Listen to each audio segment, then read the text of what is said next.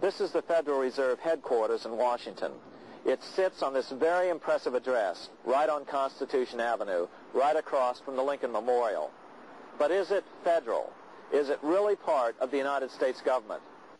Well, what we're about to show you is that there's nothing federal about the Federal Reserve, and there are no reserves. The name is a deception created back before the Federal Reserve Act was passed in 1913 to make Americans think that America's central bank operates in the public interest. The truth is that the Federal Reserve is a private bank owned by private stockholders and run purely for their private profit. That's exactly correct. The Fed is a privately owned for-profit corporation, which, again, has no reserves, at least no reserves available to back up the Federal Reserve notes, which is our common currency. Oh, absolutely. The Federal Reserve is neither federal and has doubtful reserves. It's a private bank that is owned by member banks. And it was chartered under the guise of deceit by an act of Congress in 1913. December the 23rd, 1913, when most members of the Congress had gone home for the holidays, the House of Representatives had passed the Federal Reserve Act of 1913. But it was having difficulty in getting out of the Senate. And most people had gone home. But one of the things that I used to make sure and check is when we had a recess in legislative circles, you want to make sure that you adjourn what is called sine die, without day. The Senate had not adjourned sine die, without day. It was still technically in session, so you had 3 members of the Senate, according to the Senate Journal, were present on that day, December 23rd, 1913, and they passed the Federal Reserve Act in the Senate on a unanimous consent voice vote. There was no objection.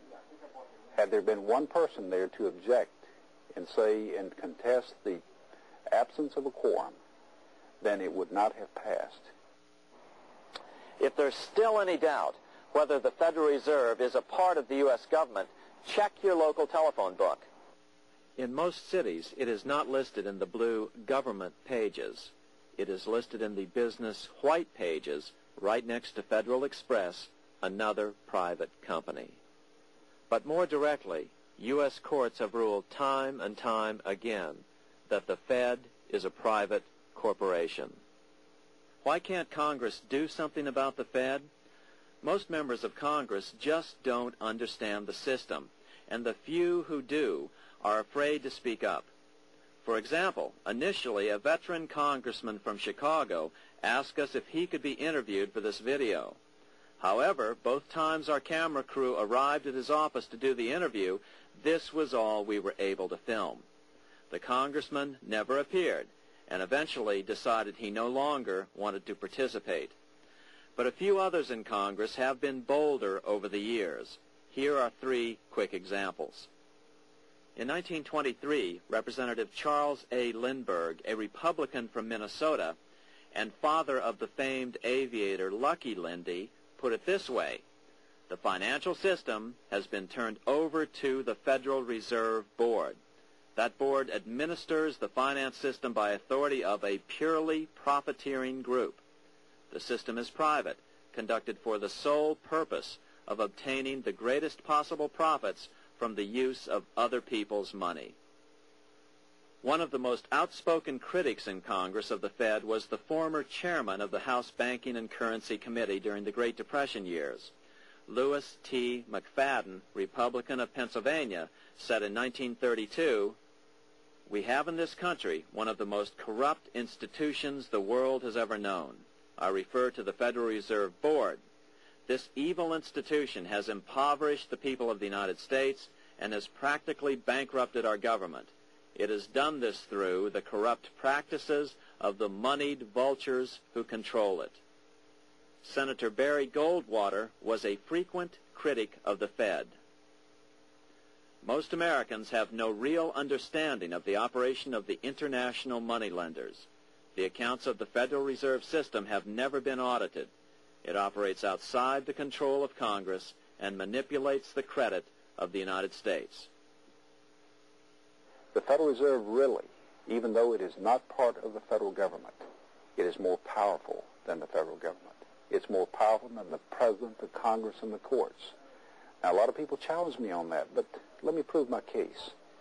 The Federal Reserve determines what the average person's car payment is going to be, what their house payment is going to be, and whether they have a job or not. And I submit to you that that's total control. And the Federal Reserve is the largest single creditor of the United States government. What does Proverbs tell us? The borrower is servant to the lender. What one has to understand is that from the day the Constitution was adopted right up to today, the folks who profit from privately owned central banks, as Madison called them, the money changers, have fought a running battle for control over who gets to print America's money. Why is who prints the money so important? Think of money as just another commodity. If you have a monopoly on a commodity that everyone needs, everyone wants, and nobody has enough of, there are lots of ways to make a profit, and also exert tremendous political influence. That's what this battle is all about. Throughout the history of the United States, the money power has gone back and forth between Congress and some sort of privately owned central bank. The Founding Fathers knew the evils of a privately owned central bank. First of all, they had seen how the privately owned British central bank, the Bank of England, had run up the British national debt to such an extent that Parliament had been forced to place unfair taxes on the American colonies. In fact, as we'll see later, Ben Franklin claimed that this was the real cause of the American Revolution. Most of the Founding Fathers realized the potential dangers of banking and feared bankers' accumulation of wealth and power.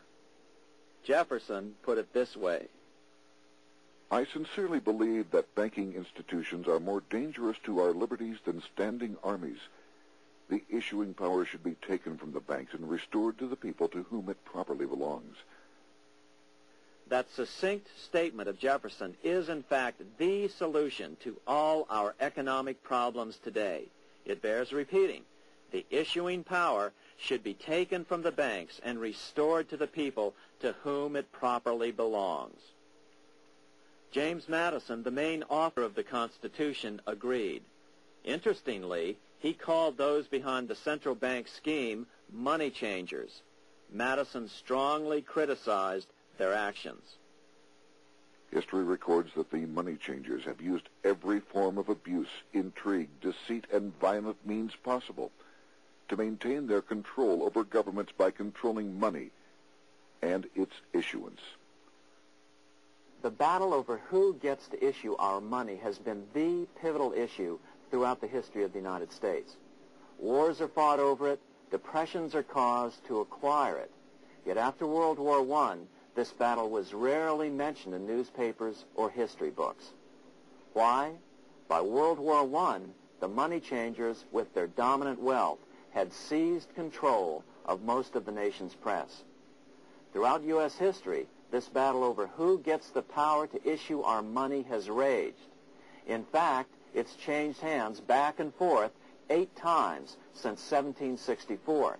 Yet this fact has virtually vanished from public view for over 3 generations behind a smokescreen emitted by Fed cheerleaders in the media. Until we stop talking about deficits and government spending and start talking about who controls how much money we have, it's all just a big shell game, a complete and utter deception. It won't matter if you pass an ironclad amendment to the Constitution mandating a balanced budget. Our situation is only going to get worse until we root out the cause at its source.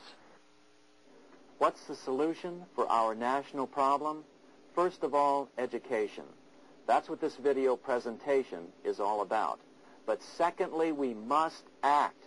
We must take back the power to issue our own money. Issuing our own money is not a radical solution. I want to stress that. It's the same solution used at different points in U.S. history by men like Benjamin Franklin, Thomas Jefferson, Andrew Jackson, Martin Van Buren, and Abraham Lincoln. So, to sum it up, in 1913, Congress gave an independent central bank, deceptively named the Federal Reserve, a monopoly over issuing America's money, and the debt generated by this quasi-private corporation is what is killing the American economy. Though the Federal Reserve is now the most powerful central bank in the world, it was not the first. So where did this idea come from? To really understand the magnitude of the problem, we have to travel back to Europe.